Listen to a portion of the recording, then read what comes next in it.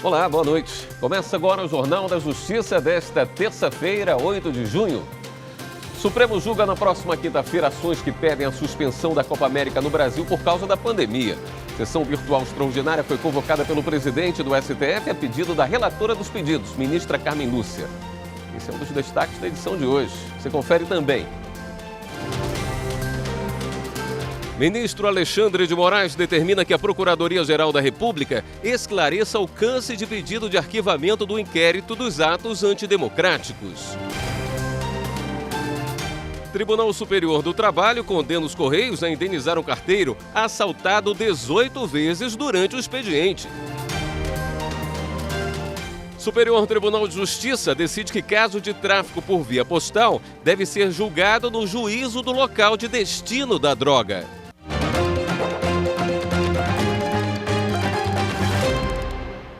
O presidente do Supremo Tribunal Federal, o ministro Luiz Fux, convocou sessão virtual extraordinária na quinta-feira para decidir sobre ações que tentam barrar a Copa América no Brasil. A repórter Neila Guimarães fala ao vivo com a gente, tem os detalhes. Oi, Neila, boa noite.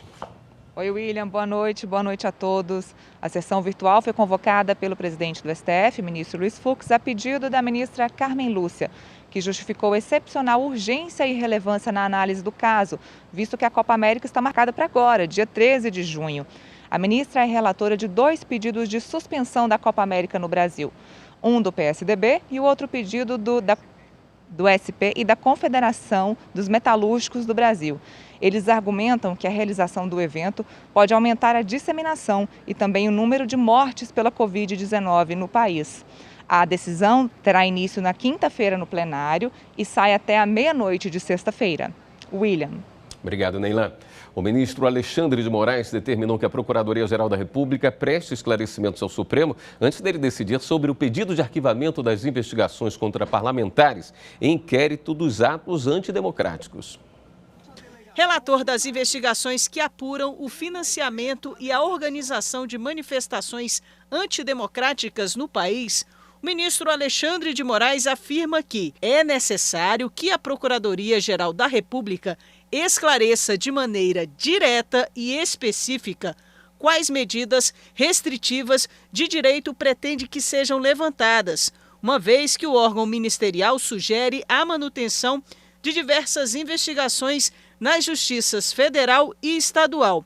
E em face de inúmeros dados sigilosos, quais documentos devem ser enviados à Justiça Federal e à Justiça Estadual para a continuidade das investigações. A determinação do ministro Alexandre de Moraes vem depois do pedido de arquivamento feito pela Procuradoria-Geral da República na última sexta-feira. No documento apresentado ao Supremo, o vice-procurador-geral Humberto Jaques de Medeiros argumenta que o relatório da Polícia Federal não traz provas suficientes da participação de parlamentares investigados no processo. No entanto, esse pedido de arquivamento não atinge o deputado federal Daniel Silveira, que se tornou réu por publicar um vídeo com ameaças a ministros do STF. Além disso, 6 casos seriam encaminhados para a primeira instância, por envolverem pessoas sem prerrogativa de foro. A segunda turma do Supremo julgou hoje o caso de uma mulher acusada de tráfico interestadual de drogas, presa em flagrante com mais de 15 quilos de maconha na mochila. No recurso analisado pela segunda turma, a defesa da acusada por tráfico de drogas pediu a revogação da prisão preventiva por considerar não haver provas suficientes contra ela. O relator, ministro Ricardo Lewandowski, negou o pedido, confirmando a decisão da primeira instância, que levou em consideração a quantidade de drogas apreendida, o flagrante e a periculosidade da mulher. O fato, em tese praticado pela paciente, extravasou os elementares ou as elementares do tipo penal, bem como a pena prevista, ultrapassa 4 anos de reclusão, o que permite a decretação da prisão preventiva. A custódia cautelar encontra-se devidamente lastreada nos requisitos legais. Então, por esses motivos, senhores ministros, pelo meu voto, estava negando provimento ao agravo regimental. De acordo com os autos, a mulher transportava mais de 15 quilos de maconha de Campo Grande, Mato Grosso do Sul, até Belo Horizonte, em Minas Gerais. A polícia encontrou a droga que estava escondida na mochila dela durante uma fiscalização que realizava em uma rodovia no estado de São Paulo. O ministro Gilmar Mendes divergiu. Para ele, a prisão preventiva não deveria ser mantida por não haver provas de que a acusada participava de organização criminosa. A habitualidade e o pertencimento a organizações criminosas deverão ser comprovados, não valendo a simples presunção. Não havendo prova nesse sentido, o condenado fará jus à redução da pena. Assim, a quantidade e a natureza da droga são circunstâncias que, apesar de configurarem elementos determinantes na modulação da causa de diminuição da pena, por si sós, não são aptas a comprovar o envolvimento com o crime organizado ou a dedicação à atividade criminosa. Por maioria de votos, o recurso foi negado, mas a turma decidiu conceder um habeas corpus de ofício para que a ré responda ao processo em liberdade, desde que cumpra as medidas cautelares estabelecidas pelo juízo de primeira instância. Está na pauta do plenário do Supremo Tribunal Federal de amanhã o julgamento do caso de um fotógrafo que perdeu a visão de um olho durante a cobertura jornalística de uma manifestação em São Paulo no ano 2000. A consultora jurídica Karina Zucolotto tem os detalhes desse processo. Olá, boa noite. Amanhã, quarta-feira, é dia de julgamentos no plenário do Supremo Tribunal Federal. Na pauta, um recurso extraordinário da relatoria do ministro Marco Aurélio, em que se discute se é possível atribuir a responsabilidade civil ao Estado e, consequentemente, o dever de pagar uma indenização por danos morais e materiais, em razão de repórter ferido pela polícia durante um confronto durante a cobertura jornalística. O repórter foi ferido no olho esquerdo por uma bala de borracha disparada pela Polícia Militar do Estado de São Paulo em 18 de maio de 2000, enquanto cobria um protesto de professores. O Tribunal de Justiça do Estado de São Paulo reconheceu que o ferimento, que trouxe sequelas permanentes no olho esquerdo do repórter, partiu de bala de borracha da Polícia Militar do Estado de São Paulo. No entanto, afastou a decisão de primeira instância e acabou reconhecendo a culpa exclusiva da vítima, para afastar, inclusive, o dever de indenizar pelo Estado. O repórter alega que essa decisão do Tribunal de Justiça seria o mesmo que um salvo-conduto para a prática dessas atividades ilícitas e violentas da polícia durante manifestações públicas e que estaria havendo, de uma certa forma, uma censura na cobertura desses fatos envolvendo agentes públicos. Alega também violação de diversos princípios constitucionais, como a cidadania, a dignidade da pessoa humana, o direito à vida, à liberdade e à segurança. O Estado de São Paulo refutou todos esses argumentos, dizendo que a censura, conforme alegada, não restou comprovada nos autos e que, de uma certa forma, o repórter contribuiu para que o risco acontecesse, para que o dano acontecesse, no momento em que ele permaneceu no tumulto para buscar a cobertura jornalística. O julgamento desse recurso já foi iniciado. O ministro Marco Aurélio já proferiu o seu voto para afastar a decisão de segunda instância do Tribunal de Justiça de São Paulo, afastar o reconhecimento da culpa exclusiva da vítima e conhecer que é, sim, da responsabilidade civil do Estado o dever de indenizar. Naquela ocasião, o julgamento foi suspenso em razão de um pedido de vista do ministro Alexandre de Moraes. Esse e os outros julgamentos que estão na pauta dirigida você pode conferir amanhã, a partir das 14 horas, no Direto do Plenário. A gente te espera. E daqui a pouco começa a sessão plenária do Tribunal Superior Eleitoral. O repórter Henrique Amaral traz mais informações. Na sessão de logo mais, os ministros devem analisar um recurso do Progressistas de Nova Ibiá, na Bahia. Na ação, o partido alega que José Murilo Nunes de Souza, eleito prefeito da cidade em 2020, estava inelegível no ano passado. Segundo a legenda, José Murilo teve as contas rejeitadas quando foi prefeito do município em mandato anterior e, por isso, não poderia ter disputado as últimas eleições para a prefeitura de Nova Ibiá. O ministro Sérgio Banhos é o relator do processo. E veja a seguir, Correios é condenado a indenizar um carteiro assaltado 18 vezes durante o expediente. Em instantes.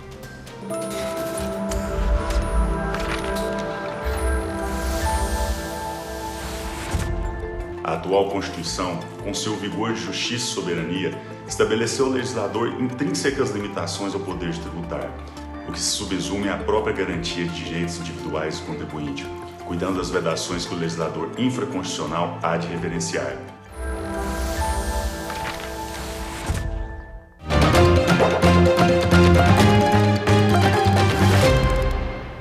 A terceira sessão do Superior Tribunal de Justiça decidiu que, em caso de tráfico por via postal, a competência para julgar o processo é do juízo do local de destino da droga. Veja na reportagem de Marina Campos.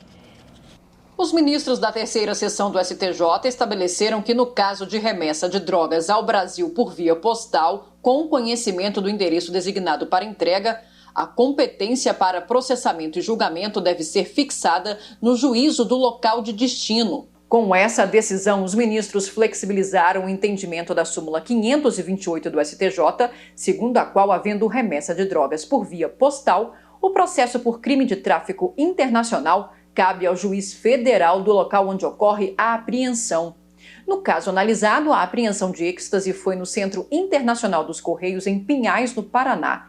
Mas a droga remetida da Holanda tinha como destinatários residentes na cidade de Sinop, no Mato Grosso. O Juízo Federal de Sinop declinou da competência em função da súmula 528. Já o Juízo de Pinhais, por sua vez, suscitou conflito no STJ em razão de recente julgamento que flexibilizou a aplicação de outra súmula, a 151. O relator, ministro Joel Ilan Paciornik, explicou que a flexibilização da súmula 151 estabeleceu a competência do juízo de destino da mercadoria, ou seja, do local em que a empresa está situada, em razão da facilidade de colheita de provas e da consequente otimização da duração do processo.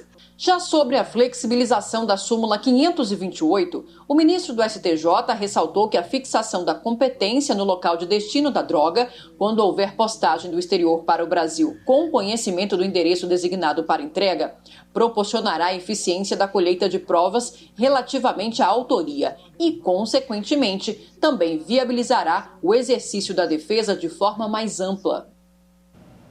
E a terceira turma do STJ decidiu que imóvel em copropriedade pode ser leiloado, mas que a penhora só atinge a parte que cabe ao devedor.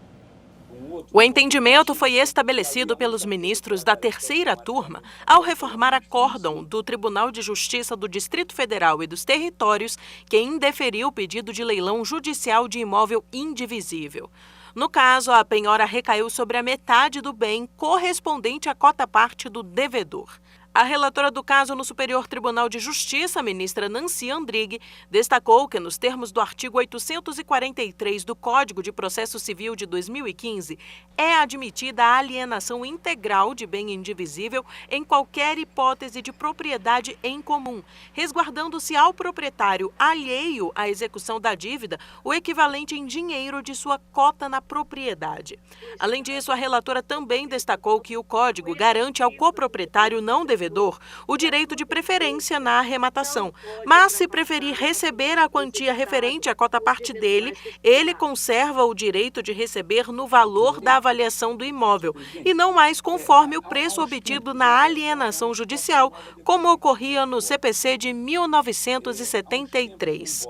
No voto, a ministra também lembrou que o ato de penhora importa individualização, apreensão e depósito dos bens do devedor. Após efetivado, resulta em indisponibilidade sobre os bens afetados à execução, tratando-se assim de gravame imposto pela Justiça, com o objetivo de realizar de forma coercitiva o direito do credor. A magistrada apontou também que esse gravame não pode ultrapassar o patrimônio do executado ou de eventuais responsáveis pelo pagamento do débito, seja qual for a natureza dos bens alcançados. Com isso, a terceira turma deu provimento ao recurso especial dos autores da ação de indenização, reformando o acórdão do TJDFT e autorizando a alienação judicial da integralidade do imóvel. E a terceira turma do Tribunal Superior do Trabalho decidiu que o engenheiro que foi removido para trabalhar em outro estado logo após a contratação tem direito de receber o adicional de transferência. O engenheiro civil foi contratado no Rio de Janeiro, onde fica a sede da empresa, mas foi removido para Pernambuco, onde prestou serviços por 3 anos. Por isso pediu o pagamento do adicional de transferência. De acordo com a empresa, o benefício não seria devido, já que o profissional trabalhou do início ao fim do contrato em Pernambuco e nunca foi deslocado para prestar serviços em outra unidade. Ao julgar o caso, o Tribunal Regional do Trabalho da Primeira Região negou ao empregado o direito ao adicional. Para o TRT, o pagamento do benefício só seria exigível se o engenheiro tivesse trabalhado no Rio de Janeiro por um período. Conforme a decisão, desde o início do contrato, o empregado sabia que prestaria serviço em uma outra cidade. O Tribunal Regional também afastou as alegações relativas ao contrato temporário de aluguel e as idas ao Rio de Janeiro que não teriam sido comprovadas. O processo chegou então ao TST. O relator do recurso do engenheiro na terceira turma, ministro Agra Belmonte, observou que o fato de o empregado ter sido contratado em uma localidade e trabalhado em outra implicou transferência e, consequentemente, o pagamento do adicional. Quanto ao adicional de transferência, a CLT é muito clara no artigo 469 ao dispor que ao empregador é vedado transferir o empregado sem a sua anuência para a localidade diversa da que resultar do contrato e ele acrescenta que não se considera transferência que não acarretar mudança do seu domicílio. A orientação jurisprudencial número 113 da SDI desta Corte procura dar a devida interpretação, a devida conformação a essa norma infraconstitucional. O ministro verificou que, de acordo com os autos do TRT, não resta dúvida sobre a mudança de domicílio. A empresa, ao optar por selecionar seus empregados em cidade distinta daquela em que vai ocorrer a prestação de serviço, sinto muito, ela deve arcar com os encargos legais trabalhistas daí decorrentes, e, no caso, o adicional de transferência. Para o relator, o fato de o engenheiro nunca ter prestado serviços no local da contratação e, desde o início, ter tido conhecimento que trabalharia em Pernambuco, não retira o direito ao adicional de transferência. A decisão foi unânime. A empresa brasileira de Correios e Telégrafos foi condenada a indenizar um carteiro assaltado 18 vezes durante o expediente. O caso foi julgado pela segunda turma do Tribunal Superior do Trabalho. Na reclamação trabalhista, o carteiro motorizado diz que das 18 vezes em que foi assaltado, 15 ocorreram apenas em um ano. Alegou que transportava mercadorias valiosas e que os Correios nunca tomaram medidas em relação aos assaltos. Ele chegou a ser afastado das atividades e acionou a Justiça pedindo a responsabilidade da empresa pelos danos sofridos. O Tribunal Regional do Trabalho da 2ª Região, em São Paulo, negou o pedido de indenização do carteiro. Para o TRT, embora o laudo pericial tenha confirmado o estresse pós-traumático, a empresa não poderia ser responsabilizada por fato de terceiro. De acordo com a justificativa, se o Estado não dá segurança às pessoas, a culpa não é das empresas. O carteiro recorreu ao Tribunal Superior do Trabalho. A relatora na segunda turma, ministra Maria Helena Malman, observou que se deve adotar no caso em questão a chamada teoria do risco, de acordo com o Código Civil, que tem orientado a jurisprudência do TST. Conforme a lei, a obrigação de reparar o dano independe de culpa, quando a atividade desenvolvida implicar por sua natureza riscos para direitos de terceiros. No caso, a atividade de carteiro motorizado tem risco próprio em razão do transporte de encomendas e objetos de valor. Assim, a segunda turma condenou os Correios ao pagamento de R$20 mil de indenização ao carteiro. A decisão foi unânime. O Superior Tribunal Militar manteve a condenação de um empresário e um sargento do Exército por corrupção ativa e passiva. Eles participavam de um esquema fraudulento que prejudicou um batalhão logístico em Recife, Pernambuco. As fraudes aconteceram entre 2012 e 2013, entre o empresário, que era fornecedor de material de construção das Forças Armadas e de outros órgãos públicos em Recife e Olinda, e o sargento do Exército. O esquema denunciado pelo Ministério Público Militar apontou que o sargento atestava o recebimento de notas fiscais para a compra de material de construção, mas o pedido nunca saía da empresa. Com a quebra do sigilo fiscal do sargento, foi possível constatar diversos depósitos na conta do militar, mostrando a conta bancária da empresa como origem dos pagamentos.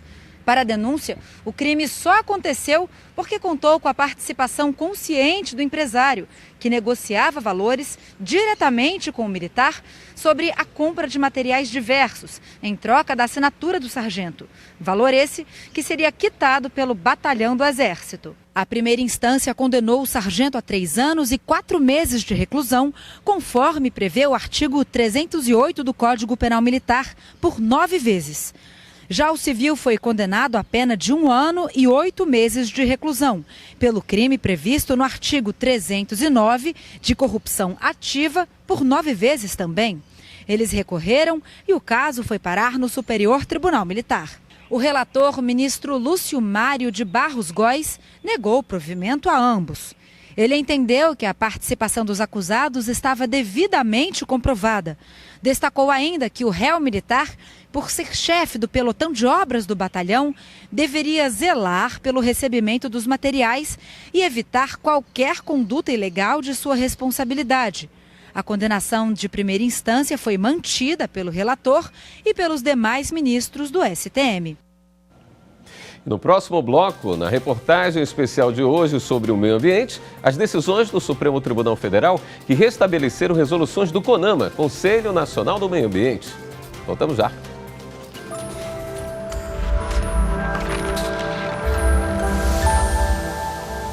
A Constituição Federal de 88 surgiu com o espírito de redemocratização.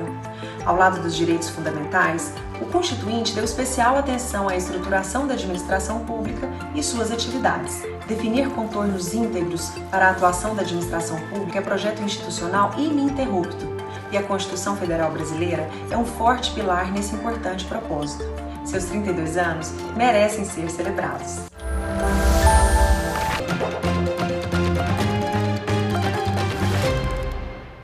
Na reportagem especial de hoje, em comemoração ao Dia Mundial do Meio Ambiente, você vai saber mais sobre o funcionamento do CONAMA, órgão do meio ambiente que estabelece normas de proteção. E ainda, como se deram as decisões do Supremo Tribunal Federal que restabeleceram resoluções do Conselho.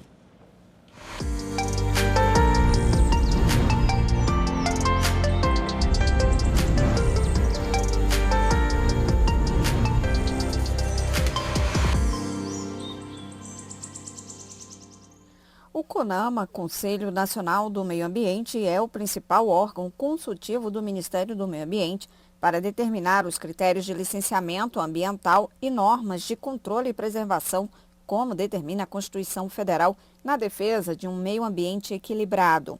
Instituído em 1981, antes mesmo da promulgação da Constituição Federal em vigor, o Conselho teve sua atual estrutura definida por um decreto presidencial de 2019.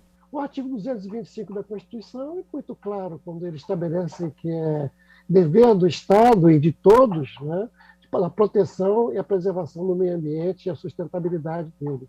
É um direito que é considerado fundamental junto com os direitos individuais, de direito de ir e vir, de propriedade, direito de imprensa, né? Todos eles estão no mesmo nível dentro da Constituição, apesar de não estar no artigo 5º.